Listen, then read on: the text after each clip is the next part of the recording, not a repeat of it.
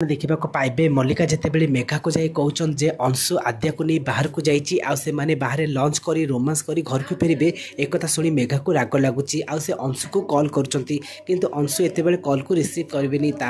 आद्या को से कॉल करेंगे आद्या रिसीव करेंगे आद्या रिसीव कलापर मल्लिका कहते जे तू अंशु को धरी कौटू अच्छु आ तू केत घर को फेरबू आते आद्या कहते जे मु तुमको कहीं कहबी मुझे कौटी अच्छी आते घर को फेरबी मुझे घर को अनी पाई जाइए आनी काम छड़ा तुम मान सहित मोर किसी भी काम ना ता छड़ा तुम मान को जवाब देवाई मु उचित मन करूनी आते मेघा कहे आद्या तू ना बहुत फड़फड़ होचु अरे अंशु कौटू अच्छी तू कहबू ना नाई आद्या एते मना करी कॉलटी को काटिदेवे तापर मल्लिका आ मेघा को झटका लगुच